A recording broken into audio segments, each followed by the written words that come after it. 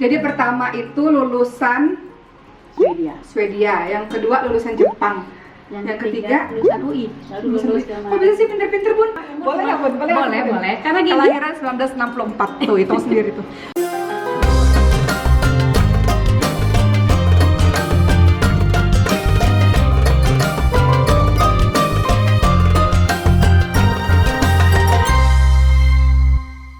Assalamualaikum warahmatullahi wabarakatuh. Nah sahabat sekalian, seneng banget nih hari ini saya lagi di rumahnya Bunda Aci. Kalau orang-orang kenal dengan nama Astri Ivo, tapi panggilan orang-orang yang dekat sama Bunda Aci ya Bun. Panggilan sayang ya? Panggilan sayang Bunda Aci. Bun, sehat Bun? Alhamdulillah. Iya, jadi juga sehat-sehat dong. Walaupun terlalu energi, terlalu aktif, tapi sehat-sehat ya. sehat alhamdulillah, kan udah 7 bulan. Dan nggak usah cium-ciuman sama siapapun. Iya. Kan tadi mau salim aja. Bunda. Nggak boleh juga salim-salim di nanti. Oh iya, physical distancing, tapi kita nggak 1 meter nggak apa-apa ya Bun? Akhirnya ya. Iya, jadi ini aku udah di rumahnya Bunda Aci. Ternyata Bunda Aci tuh rumahnya dekat banget teman-teman sekalian sama rumah saya, sekitar 10 menitan. Nah tadi bingung soalnya nyari-nyari Bun, jadi agak lama nyampe. Tapi tetanggaan lah, satu kawasan nih teman-teman sekalian. Nah kalau ketemu Bunda Aci biasanya kalau dalam kajian, jadi entahlah Bunda Aci yang ngisi duluan atau saya ngisi duluan, atau ketemu di bandara habis pulang dari dakwah gitu. Sekarang oke mau tanya sama Bunda Aci, karena kalau kita googling berita Bunda Aci yang negatif-negatif tuh kok nggak ada ya, nggak ketemu gitu. Jadi gosip-gosipnya nggak ada. Jadi mikir tadi ngomongin apa ya sama Bunda Aci. Tapi ternyata banyak banget inspirasi yang kita bisa dapat dari Bunda Aci. Masalah tentang beliau pribadi yang belum banyak didengar oleh teman-teman semua, dan parentingnya beliau kepada 3 anaknya yang masya Allah hebat-hebat. Bunda, flashback dulu beberapa tahun yang lalu. Bunda kelahiran 1964 ya Bun? Jadi awalnya tuh ada, karena ibu saya juga seniman, orang penyanyi. Saya sepupuan sama Helvi, Rina Rosa ya. Kita keluarga seniman gitu ya. Jadi ibu saya tuh temannya ya seniman semua. Salah satu seniman terbesar namanya almarhum Usman Ismail. Teman ibu saya waktu itu cari pemain cilik. Kalau temenan dia bilang, Fofo, kamu anak-anaknya main dong film aku gini-gini. Aku kakak-kakak gitu main kayak oke. Terus jadi akhirnya kita semain gitu, main satu. Kedua ada dulu namanya Tante Leni Marlina, oke juga nggak kenal, pasti milenial juga nggak kenal.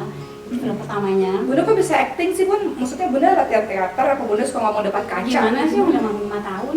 Hah? Udah 5 tahun syutingnya. Iya, maksud Oki kan kan nggak semua orang Bun langsung pinter acting di depan layar, di depan kamera.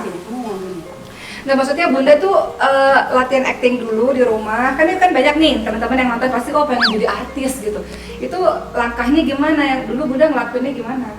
Jadi langkahnya itu memang dari potensi, bakat, minat yang Allah berikan, fitrah itu. Oke. Jadi saya tuh nggak pernah mendatangi atau meninggalkan dunia film, nggak pernah gitu. Jadi nggak pernah datangin atau nggak pernah casting Bun? Casting, orang 5 tahun casting gimana? Iya sih. Justru orang-orang tuh justru jaga mood aku. Iya Karena sih. syuting 5 tahun, kalau aku ngambek nggak syuting loh. Iya benar Kan jadi baik semua, dari sutradara, dari produser bahkan sampai PU tuh baik semuanya. Jaga mood dong anak-anak. Tapi karena Bun, zaman sekarang kan casting Dulu Bun, baru bisa jadi artis gitu. Dulu nggak terlalu banyak. Dulu juga layar lebar. Iya, Layar lebar. Terus Bun, film kira ketiga Bunda langsung main gitu? langsung main aja. Kamu nggak deg-degan? Seneng. Sengat kamera tuh seneng gitu, akhirnya disuruh nangis, bisa nangis. Gak bisa nangis awalnya, dimarah-marahin sama almarhum Asman namanya. Saudara besar pada saat itu, dimarah-marahin akhirnya nangis. Nangis nggak mau dialog, tapi nggak dialog, diam aja, berlintangan air mata gitu. Jadi film ketiganya aku namanya Nyai Dasima, itu dapat the best performance child in Asia di Taipei. Wow. Jadi kecil-kecil dapat penghargaan, bayangkan. Jadi setelah dari Taipei langsung dia tuh main Film terus. film sampai SMA. Jadi Bunda tuh mulai karir 1970-an ya Bun? Siapa generasi itu? Bunda-bundanya pasti. Iya benar. Terus Bun? Begitu suatu hari saya tuh sama kakak saya sama keluarga liburan ke Eropa. Nah pas liburan ke Eropa, nggak punya rencana mau ke kota Berlin.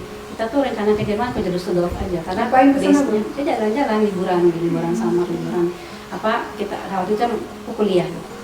Terus Bunda kuliah di pertama di Trisakti.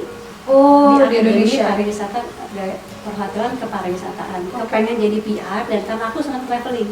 Aku senang banget traveling. Jadi aku pengen sekolah pariwisata aja gitu dengan harapan aku bisa kemana-mana, bisa sambil punya ya bermanfaat lah, bukan hanya jalan-jalan aja. Jadi pas saat itu aku lagi jalan-jalan sama kakakku, ketemulah sama seseorang lelaki Yang kuliah yang kuliah di sana. di Jerman, Berlin. Jadi ceritanya gini, aku waktu itu di kota Brussels di Belgium, nginep di rumah dubes. Nah, itu teman kita gitu, teman-teman. Jadi dia baru pulang dari Berlin. Dia bilang, kamu ke Berlin deh, di Berlin seru-seru anak. Dan ada Vina, namanya Vina Panduwinata. Nggak tahu dia orang. Tahu lah. Jadi- Kalau Mama Vina mau Jadi- mendunia. Ketemuan janjian, akhirnya ketemu di sana, ketemulah sama Mama Vina kesana ngapain? enggak, dia terima BAS Penghargaan gitu ya? penghargaan BAS Awards. Award ya. Pada satu masih ada sama Bimbo, sama Nika Astria. Tapi yang ketemu cuma nama Vina aja. Dan ketemulah sama namanya Dario Syariahnya. Dia menjemput saya di Tegel, di airport di Berlin. Terus pas saya ngeliat dia gini, lucu juga ya. Itu muda umur berapa tuh? Umur 21. Umur 21. 20. Waktu itu ya bulan Agustus, di Septembernya aku 21. Waktu itu Om kuliah S1 di Berlin. Iya, itu jauh 23 tahun. Oh, 23 tahun. Muda ya. Terus sebenarnya sih masih ada hubungan saudara, Ki. Jadi andung aku, nenek aku sama neneknya dia tuh sepupuan. Orang Sumatera kan deket tuh, sepupu langsung ayah-ayah kita, ibu gua tuh langsung, mana si Ivo? Katanya gitu. Ini abang ini telepon, Astrid, ini Om Yusar ya, ini kan saudara gitu. Orang Sumatera kan gitu ya kan. Ternyata Soalnya orang Sumatera Barat dan Aceh nih perpaduan. Terus tapi ini apa namanya nggak pernah ketemuan. Jadi ketemu kayak ketemu orang lain, cuma tahu oh ini saudara loh gitu. Jadi ketemu sama Bunda karena saudara gitu? Apa karena? Ya karena ketemuan sama Vina, dia ada di situ ternyata. Oke. Ditakdirkan sama Allah. Itu love at the first sight. Yes. Lucu amat. Kemarin Emang ada pun love at the first sight pun? itu. Ada ya? Oke. Siapa di sini percaya cinta pada pandangan pertama? Tapi itu it's true gitu ya maksudnya. Bener. Jadi waktu itu cinta apa enggak ya nggak tahu juga soalnya Senang aja ya? sebel-sebel juga sih kadang-kadang Oke. ya. Cinta itu kan apa sih cinta itu kalau misalnya sekarang kalau udah banyak ilmu cinta itu rasa cinta kepada Allah gitu. Iya. Per saat itu yang merasa Tertarik lah ya. tertarik gitu. Udahlah habis itu pulang ke Indonesia bulan September itu. Terus bulan Desember akhir tiba-tiba dia menelpon. Aku pengen datang ke situ, nanti kita ketemu ya.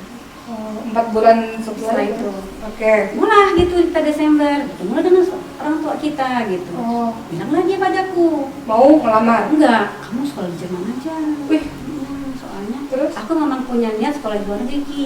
Soalnya kan harus bahasa Jerman, Bun. Soalnya terakhir film layar lebarku Kerikil-Kerikil Kalian sama orang Kunci Manjaya itu orang ujian aku syuting. Wah, terus? Lebih condong ke film daripada ke ilmu pada saat itu. Oke. Jadi aku pikir aku mau cari tempat yang nggak laku ya akunya gitu. Supaya fokus belajar. Supaya fokus belajar gitu. Karena nggak bulat tekad gitu. Nah, Iya. seperti zaman sekarang masya Allah ya satu, tapi mereka Masih berkarya, syuting ya. menyelesaikan studinya. Kalau aku tuh berat banget ke film, senang banget gitu. Karena dari umur 5 tahun ya Ki, dan Iya. menyenangkan sekali gitu. Akhirnya aku bilang sama dia gitu, aku tanya aku dulu ya, boleh nggak aku kuliah di sana? Gitu. Aku bilang mah, aku boleh nggak kuliah di Jerman? Tahu kan nih, kebetulan kan saudara-saudaranya itu kan, boleh kata mama Masya aku. Allah. Tapi satu syaratnya, kawin dulu. Oh, oke. Kawin, aku bilang gitu. Iyalah, kalau nggak kawin nggak usah berangkat, kuliah di sini aja. Oh gitu mah, iya. Gitu. Oh iya deh. Akhirnya aku bilang sama aku sih boleh kalau di Jerman, tapi aku mesti nikah dulu. Oh, oke. Udah ayo. Jadi berapa bulan tuh dari pertama kali ketemu sampai Bunda nikah tuh berapa bulan tuh prosesnya? Ya kan ketemu kita bisa dulu nih, aku Iya. kan pulang ke Jakarta. 23 Desember dia datang, 18 Januari kita menikah. Oh, cepet ya, Bun? Iya, 19 Januari aku ditinggalin. Oh, balik ke Jerman lagi. Kuliah, Oh. aku nunggu visa gitu ya. Jadi itu lagi kalau kita tuh awalnya tuh gini, aku kan udah mandiri secara ekonomi ya. Iya. Aku udah berpenghasilan, ketemu sama mahasiswa. Iya benar. Itu gimana, Bun? Iya benar-benar. Ya kan? Terus gimana, Bun? Jadi aku pikir gini, aku tuh kalau Seorang artis papan atas pada saat itu populer ya, dan mandiri nikah sama mahasiswa tuh gimana, Bun? mahasiswa gitu. Jadi nggak sampai jadi cewek makai sih. Iya. jadi landasan pertemuan pernikahan kita itu memang karena Allah. Karena aku bilang orang tuaku, keluargaku taat sekali beragama, strict gitu ya, kalau dibilang galak gitu ya. Tapi ya memang itulah pendidikan yang diberikan orang tua. Walaupun kita seniman, tapi ibu saya tuh bukan hanya menasihati nggak boleh melakukan haram, mengerjakan itu, tapi ibu saya tuh menunjukkan, jadi dia ada putra hasanah gitu. Jadi kita mau ngomong apa, ibu kita melakukan di depan di hadapan kita gitu ya, dan dia melakukan, dia menjaga dirinya dari dosa gitu ya. Terus aku bilang, ya udah.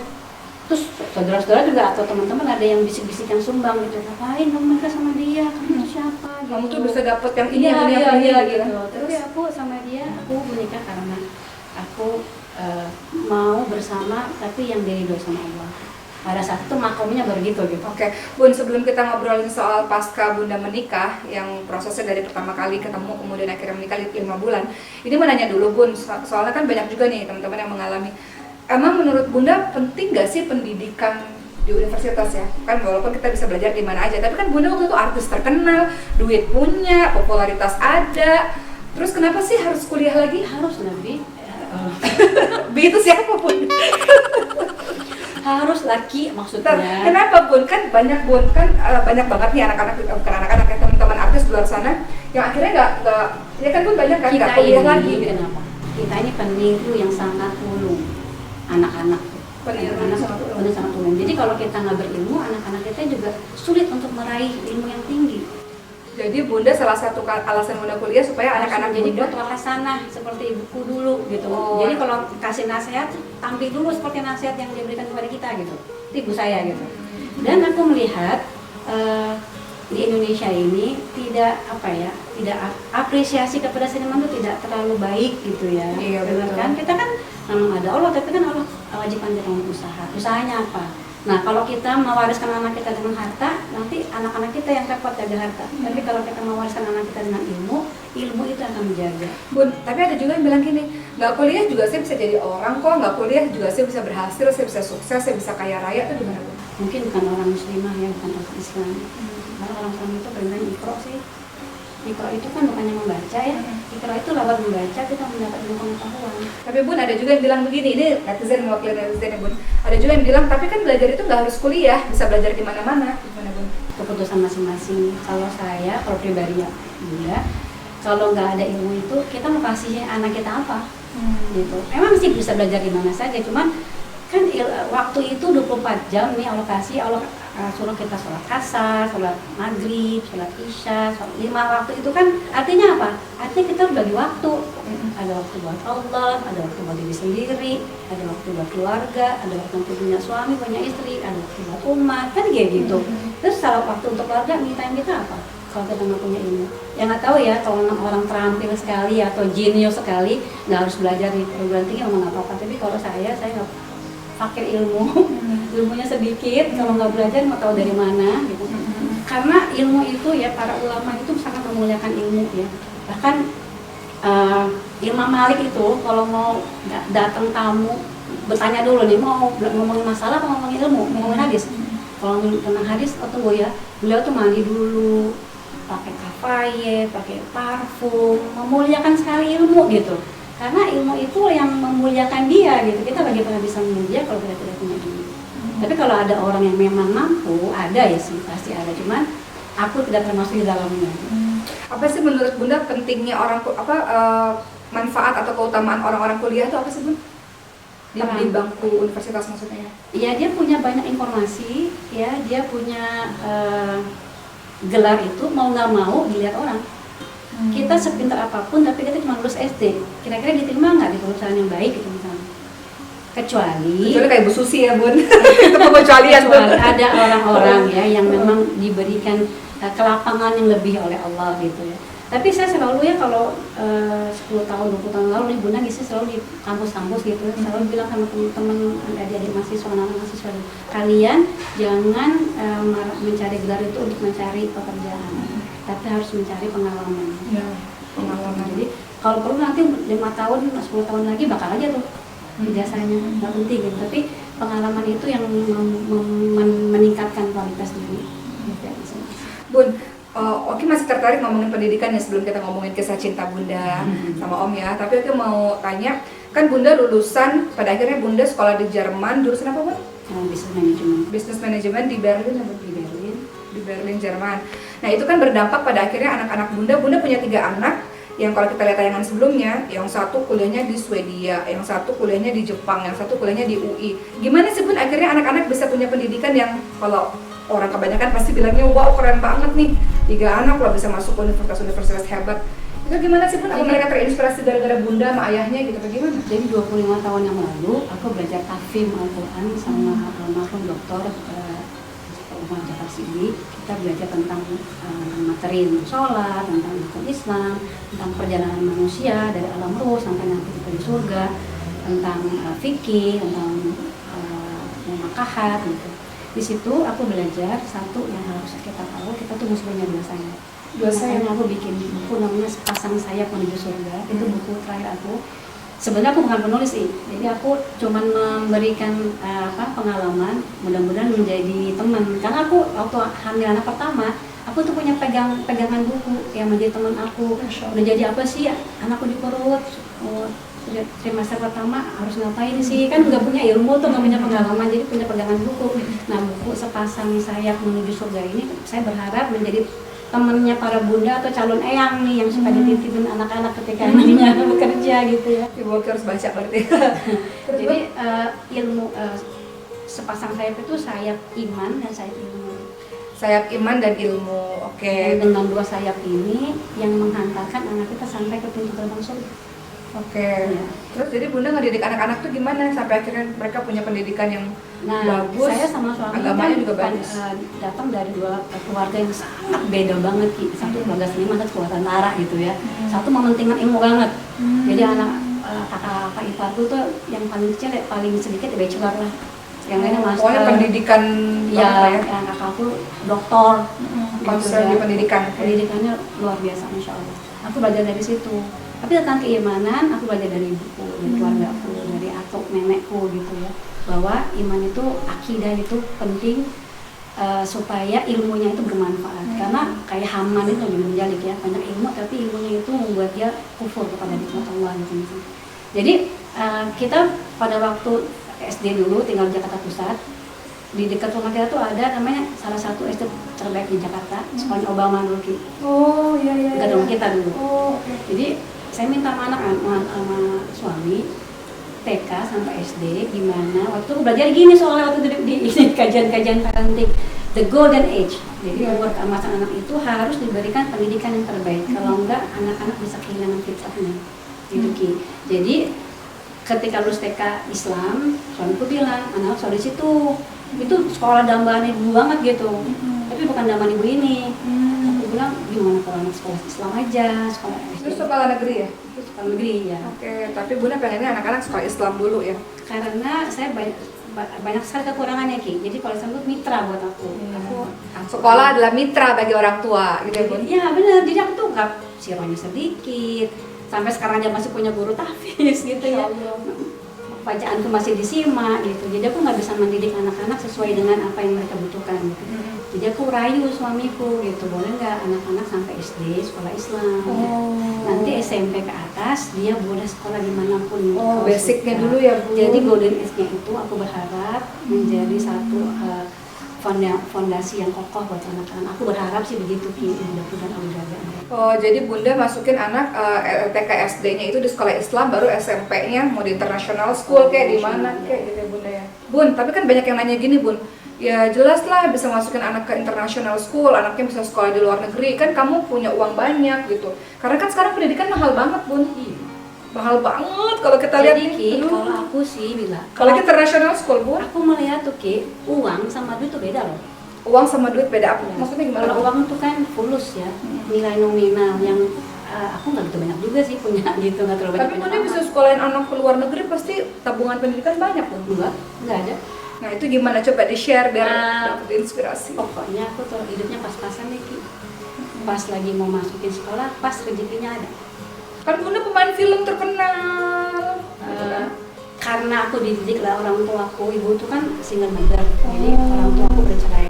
Tapi hubungan sama aku baik. Tapi tetap aja ada satu laci yang tidak bisa digantikan walaupun ibu saya udah berusaha jadi ayah juga. Nah itulah ibu saya mendidik saya itu harus punya prepare tulus yang tinggi. Jadi kalau punya uang itu yang 75% itu diinfakin, ditabung, yang boleh dikonsumsi itu 25% aja. Wah, Jadi wah gitu. hebat. Jadi aku sekolah di Trisakti pun biaya sendiri. Masya Allah. Beli mobil juga biaya sendiri. Karena didikan dari orang tua saya. Jadi nggak hambur-hambur, nggak foya-foya. Cuma 25%. Karena kan kalau Masya kita artis ya, kita harus tampil, harus baik. Nah, mungkin lah kita seadanya saja. Jadi butuh biaya, tapi juga nggak yang berlebih-lebihan gitu, yang seperlunya aja. Nah, begitu kuliah ke Jerman, aku tuh punya tabungan. Tapi juga nggak cukup, Ki. Oh, jadi gimana bisa Jadi aku Bunda? kerja di Berlin. Oh, Bunda kerja. Jadi sebagai sebagai ya student. Bunda kerja, kan Bunda student. Kalau student itu boleh 3 bulan, maksudnya bukan boleh, sebenarnya setiap tahun 3 bulan boleh, cuman bayar pajaknya tinggi. Kalau kita setahun tuh 3-4 bulan kerja, itu pajaknya rendah. Jadi Bunda kerja apa di sana supaya bisa dapat uang? Di pabrik. Pabrik. Iya, kalau Sebagai? aku tulis duduk di Flisban sama teman-teman orang Indonesia, masukin pensil, stil. Enak, pulang-pulang boleh bawa setip, boleh bawa pensil, aku nggak pernah beli lagi. Oke. Terus teman-temanku di satu Flisban orang Indonesia semua. Apa sih Flisban? Flisban tuh, ini anak-anak enak banget ya. Ban berjalan di pabrik tuh, Ki. Oh, oke. Jadi kita kalau misalnya masukin apa, ini kamu bagiannya apa, kamu masukin pintu, aku masukin jendelanya, Oh, gitu. masukin atap gitu loh. Itu kan produknya itu kan berjalan, namanya Ini Flisban. masih ada sampai hari ini di Jerman. Di Jerman ada lah, Masih lah. Tapi ya mungkin nggak seperti zaman 20 tahun yang lalu ya, Ki ya. Jadi Bunda itu bisa Kerja. ada uang karena Bunda kerja, menabung. Menabung.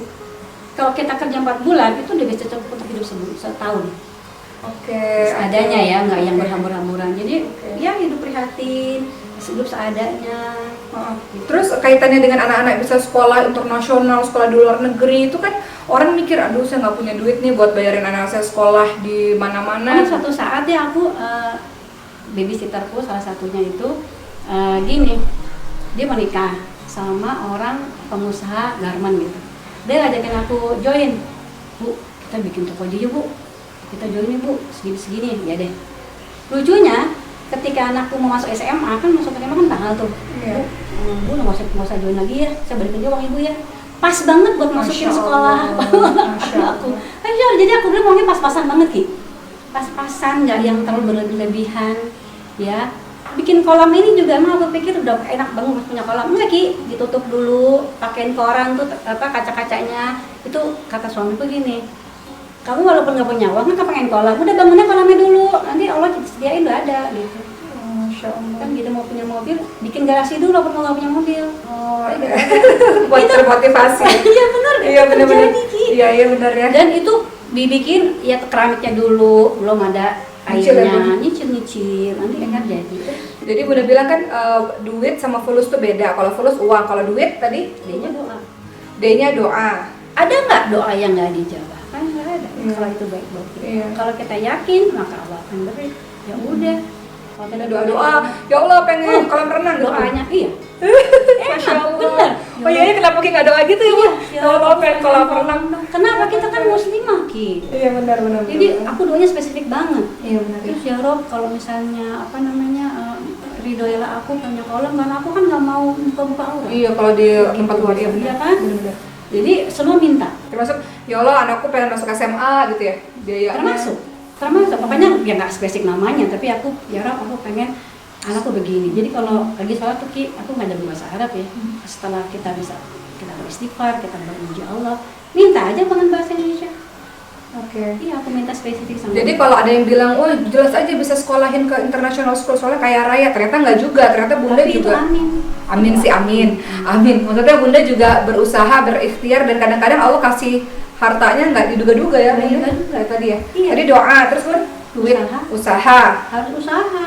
Iya. Ibu Siti Hajar kan dapat zam-zam nggak diam-diam aja. Ya Allah, aku kan udah jadi soleha, aku Iya. kan udah tahajud, aku kan udah saum, aku kan udah sedekah, kan nggak gitu, sa'i. Sampai pingsan, sampai jatuh. Dan rezekinya nggak di sofa, nggak di marwah kan? Iya. Rezekinya di Ismail. Kenapa? Karena memang Ismail yang butuh. Iya. Iya kan, jadi Allah nggak aku kasih tas branded, ya Allah kasih pendidikan karena memang anak-anak yang butuh. Keren, Itu kan yang kita. benar. Iya, benar, kayak Iya gitu. benar-benar. Jadi duit itu adalah doa, usaha, Ikhlas. Ikhlas. Jadi ikhlasnya gini, waktu abang itu lulus SD, aku berharap abang itu sekolah di Tuanku Java di Malaysia, karena dia sekolah British yang Islami. Jadi Islami jarang. gitu. Itu nggak ada di Indonesia ya? Di Malaysia namanya Tuanku Java. Nah, itu harganya nggak murah Ki. Mahal banget ya? Kenapa sih di Indonesia nggak ada ya Bun? British Islami gitu? Itulah kenapa sepasang sayap itu. Kenapa sepasang sayap aku bela-belain Ki, walaupun ujiannya itu ya Allah beri dengan air mata ya, dan berpeluh gitu ya, melihat emangnya nggak resah gitu ya, punya satu di ujung utara dunia, satu di timur dunia gitu, emang nggak resah. Tapi banyak sekali kejadian-kejadian Ki yang membuka mataku. Aku yakin anak-anak kita tuh dijaga sama Allah. Pertama, waktu anakku ke TK, kita liburan ke Jogja sama terus keluarga. Aku pergi nih ke Solo nih, ibu-ibunya kegenitan mau lihat batik. Ini anak-anak dijagain sama suster. Di sebelah hotelku tuh, di Novotel itu ada time zone pada saat itu. Anakku tuh Ki bisa lo keluar langsung dari ke jalan raya kembali ke hotel. Terus umur berapa tuh? Umur 5 tahun. Ya Allah, sendirian? Sendirian. Astagfirullahaladzim. Terus mbaknya gak ngajakin kita gimana? Karena ini banyak nih, banyak ponakan-ponakan geng, mungkin jangan ngeri banget Ki. Terus apa? Satpamnya tuh karena kita udah seminggu, anak-anak tuh main gasing di lobi hotel, pokoknya udah naik beca gitu, yang udah kenal gitu, memang family hotel banget. Tau nggak? Ditanya sama satpam, kok mana teman-temannya? Itu ada di sebelah main time zone gitu. Kok kamu kesini? Aku bosan. Nggak boleh, mesti balik ke teman-temannya, mesti balik ke saudara-saudaranya. Diantarin tuh Ki. Itu aku pas pulang dari Solo, kakiku tuh kayak nginjek tanah, tau nggak Ki? Mau marah sama suster gimana? Aku udah pegangin kok Bu, abangnya aja yang pergi gitu. Satu. Kedua, ketika anakku di Jepang, di Osaka, ketinggalan pesawat. Ini anak yang sekolah di Jepang? Di Jepang, si kakaknya. Adriel itu pernah ketinggalan pesawat dan dia ngambil uang. Kok bisa? Terus gimana dong? Terus dia nggak telepon aku, dia tahu ibuku senewanan. Terus akhirnya? Telepon teman satu kamarnya, namanya Sohe. Kalau 2 semester tuh di Jepang dormnya tuh harus orang Jepang supaya ngomong gitu ya. Nggak boleh sama satu negara. Nanti kalau semester 3 boleh. Tapi setahun itu harus 2 semester harus sama orang Jepang di jadi satu. Kita kan sama Sohe. Sohe ini ambil S2. Udah kerja di perusahaan kereta api di sana, disinjinkan atau diskonik gitu kan nggak tahu. Terus dia telepon si Sohe, bukan telepon aku. Sohe, aku nih kan aku mau pulang ya, aku ketinggalan pesawat. Gimana ya? Oh, Adriel-san, kamu di mana? Aku di stasiun ini. Oh, kamu di situ saja, tunggu sebentar. Nanti temen aku datang ke situ ya, kamu tunggu aja. Udah dia tunggu. Ada temennya di Hawaii datang. Adriel-san, ini tiket kereta untuk pulang. Masya Allah. Pulang. Masya Allah. Terus nggak bilang apa-apa, bilangnya pas aku lagi dia di Indonesia. Masya Allah. Jadi Allah kasih pertolongannya. Kak, kenapa nggak telepon? Ya kalau ketemu sih nggak ada Senewan. Yang ada aku Senewan juga, yang aku telepon saya aja. Sampai aku beliin batik tuh si Sohe. Pas pulang kamu beliin ya, ini kasih Sohe dari mama ya. Iya, makasih banget ya. Terus mau diganti, Sohe, ini aku ganti. Oh tidak usah, kamu di sini kan tamu, ya. Justru tamu kita harus menghormati tamu. Gitu. Jadi aku yakin orang itu lebih cinta sama anak-anak kita daripada kita. Itulah Ki modal aku. Doa, usaha, ikhlas, tawakal. Kalau mau tawakal Allah. Jadi Bunda mengaplikasikan dengan doa, usaha, ikhlas, dan tawakal akhirnya mengantarkan anak-anak bisa mendapatkan pendidikan yang terbaik. Di samping itu juga karena kecerdasan dari anak-anak sehingga dapat beasiswa ya Bun ya? Setiap anak-anak tuh cerdas Ki. Kalau kita mau repot, kuncinya mau repot. Mau repot gimana tuh Bun maksudnya? Iya, pulang sekolah, belajar apa, kita punya namanya reading time gitu ya dulu. Jadi anak-anak bikin PR, aku juga bikin PR dari pengajian tuh Ki.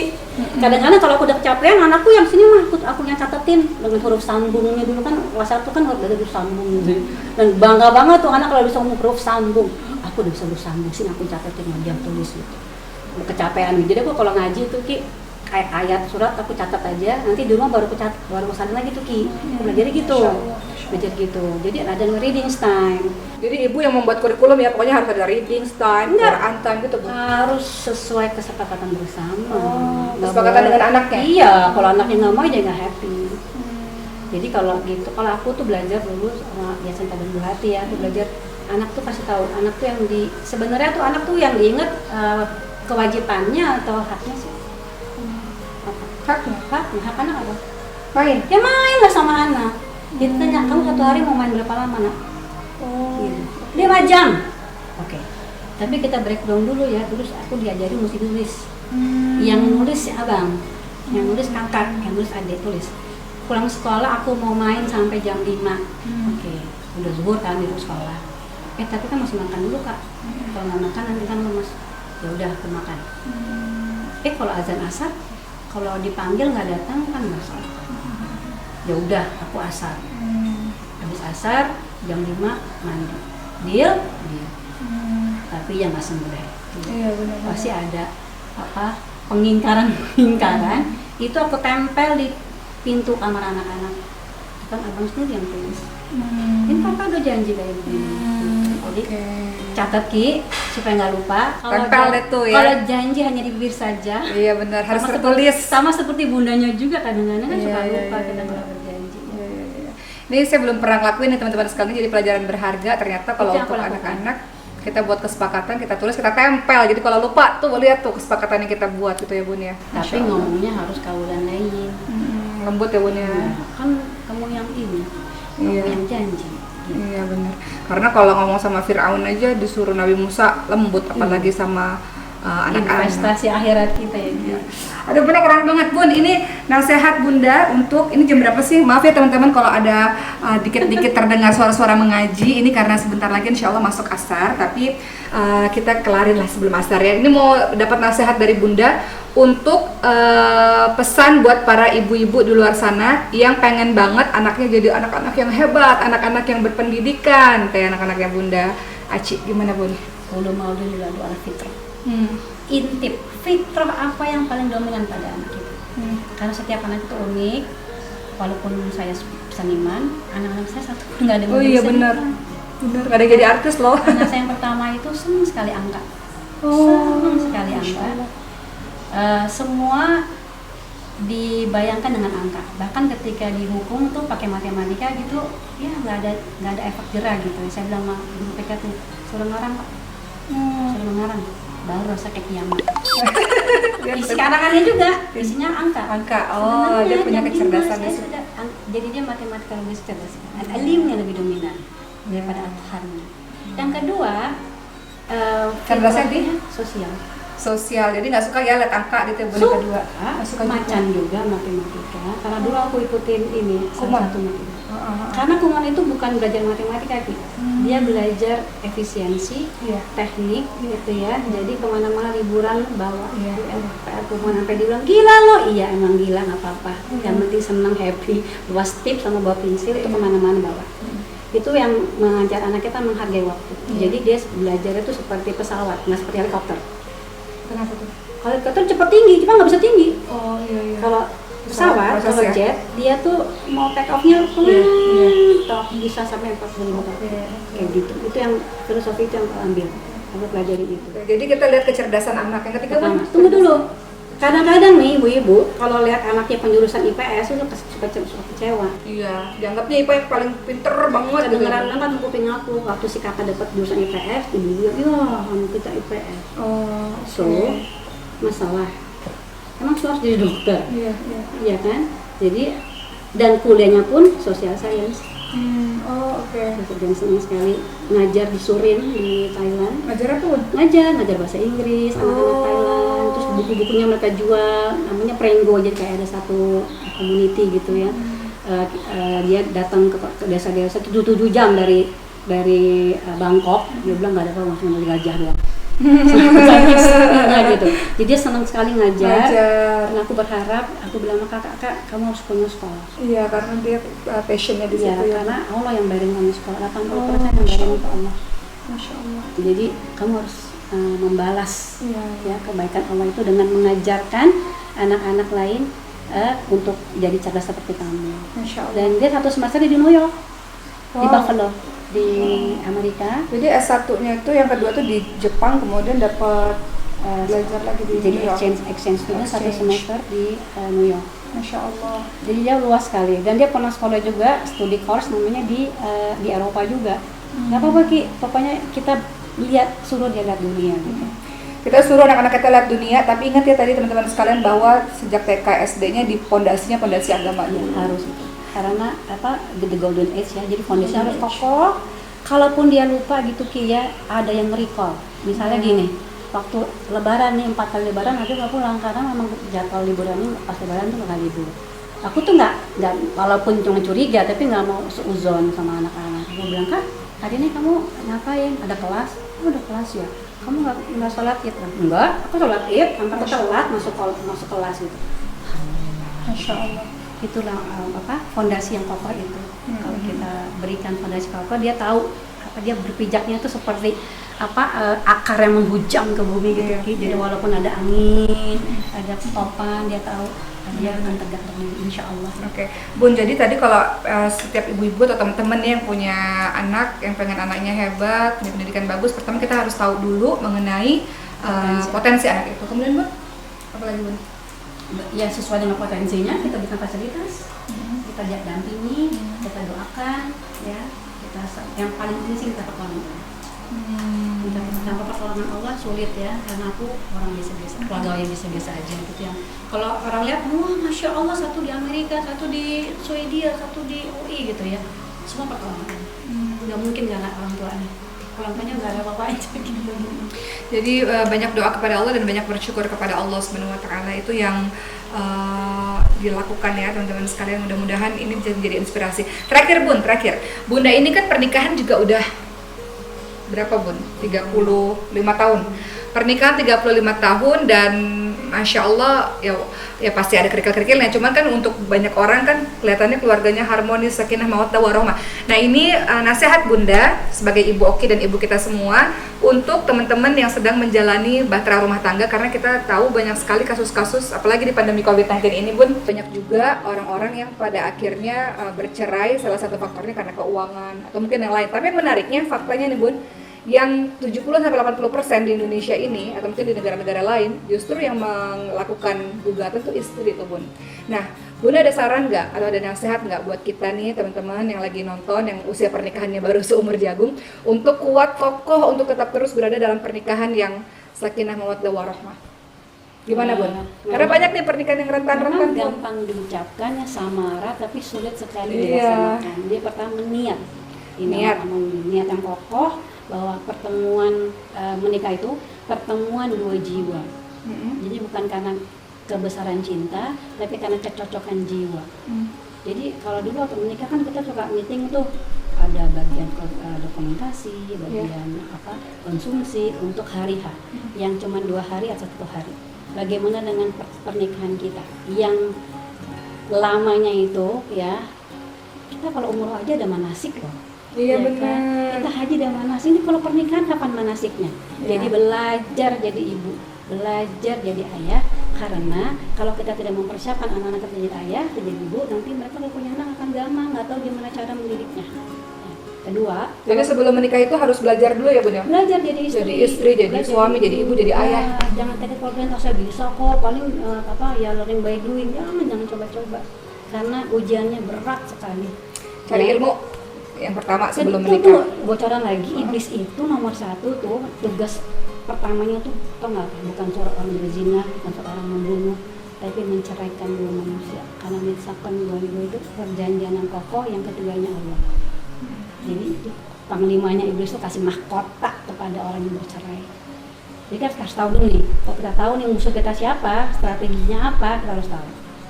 Kita punya kekuatan, kita punya Allah. Ada satu musuh yang udah bersumpah tuh dari depan, dari belakang, dari kiri, dari kanan akan menghancurkan kita dan membuat perbuatan maksiat itu indah. Yang haram-haram itu terlihat indah. Kayaknya bercerai ini kan karena punya prinsip. Itu. Padahal ketika perceraian itu yang tidak syar'i ya, yang alasan tidak syar'i itu mengguncangkan arsy Allah. Kan kita pernah tuh lihat arsy-nya para keraton, itu kan kokoh sekali kan. Bagaimana arsy-nya Allah itu akan berguncang.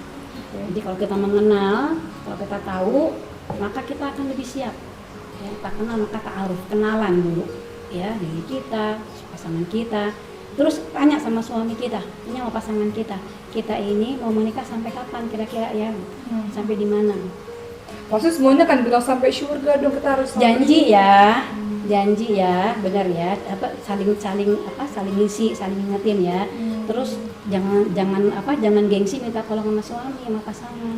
Gini, bantuin aku dong jadi istri soleha. Insya Allah bantuin dong. Soalnya kalau aku nanti melaksanakan dosa, kamu tidur, aku tuh takut sama malaikat. Kamu tega nggak gitu? Jadi minta bantu pasangan kita. Ya kalau seorang suami minta bantu istri kita untuk menjadi pendamping yang menguatkan, yang kalau misalnya malam-malam aku nggak bangun itu, nggak bangun malam dibangunin. Kalau perlu jangan siram pakai air, pakai lotion aja. Ya. Sentuh pasangan pipinya dengan lotion, misalnya bangun kita tahajud itu Allah beri keberkahan. Karena yang terpenting dalam pernikahan itu keberkahan, bukan kebahagiaan, apalagi ekonomi. Masya Allah, ekonomi itu memang penting, tapi Allah udah jamin. Jadi jangan fokus kepada apa yang Allah jamin, fokus kepada apa yang Allah belum jamin. Apa? Surga. Oh, oke. Kalau ekonomi kan sudah dijamin. Iya. Meminda batin fil ardi illa Allahi rizquha. Allah udah jamin. Itu yang apalagi jamin, apalagi kita yang mau bekerja, apalagi kita yang bersyukur, Allah tambah, apalagi kita yang berupaya menjadi pribadi mutakin. Wa yarzuqhu min haitsu la yahtasib, rezeki dari Allah disangka-sangka. Belum lagi rezeki anak, belum lagi rezeki silaturahim. Mana yang kurang? Mana yang kurang? Yang kurang itu karena kita kurang ilmu, jadi nggak bisa qanaah.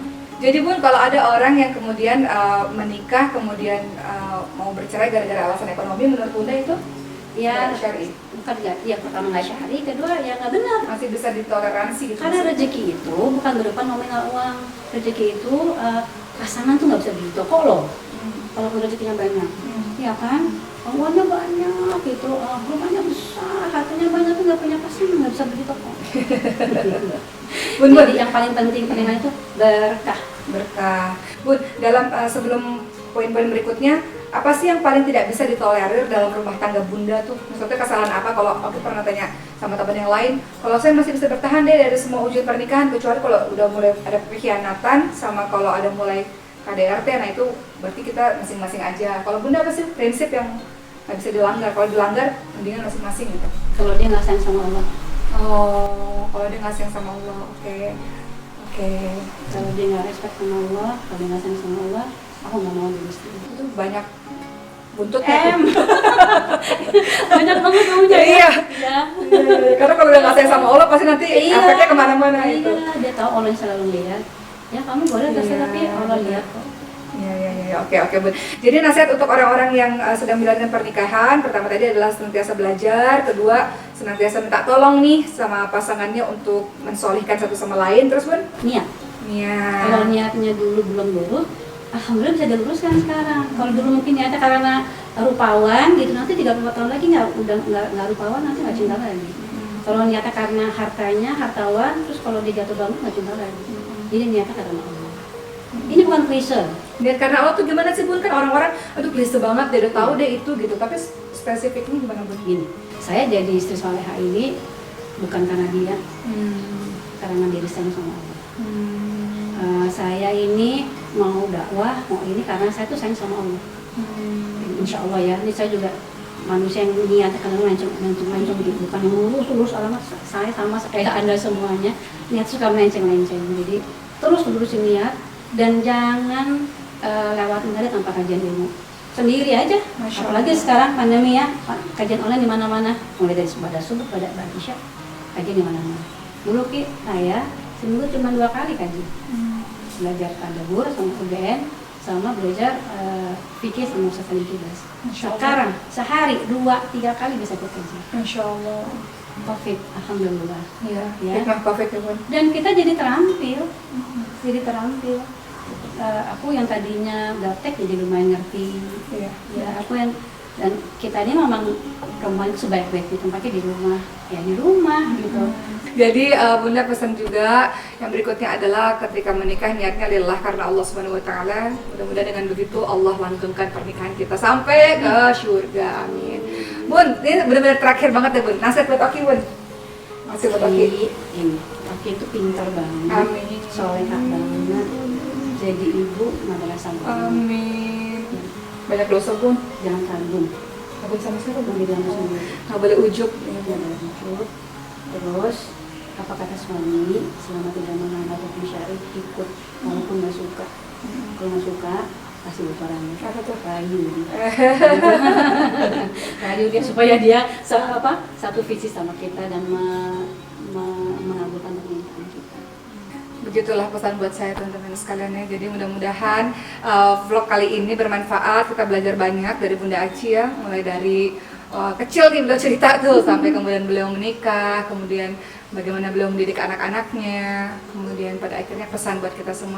Bunda makasih ya, udah sabar menerima Oki. Sama kita tetanggaan, bisa datang lagi ya. Iya, Bunda ke rumah dong, tapi rumah Oki kecil Bun, apa ya Bun? Yang bagus tuh kalau rumah Rasulullah juga kecil loh. Tapi mampu melegakan hati setiap penghuninya. Iya benar-benar. Kita kasih lega, mintanya aja lega gitu. Bersyukur Bun, alhamdulillah. Jadi nanti aku yang balik ada kunjungan balasan. Amin, amin, amin, amin, amin. Sekali lagi makasih buat Bunda Aci dan semoga teman-teman terinspirasi dengan tayangan hari ini. Semoga memberi manfaat dan semoga Allah jaga pernikahan kita, keluarga kita, kita mampu mendidik anak-anak kita menjadi anak-anak yang saleh-salehah, penerus perjuangan ini insya Allah. Terima kasih udah nonton, makasih Bunda. Assalamualaikum.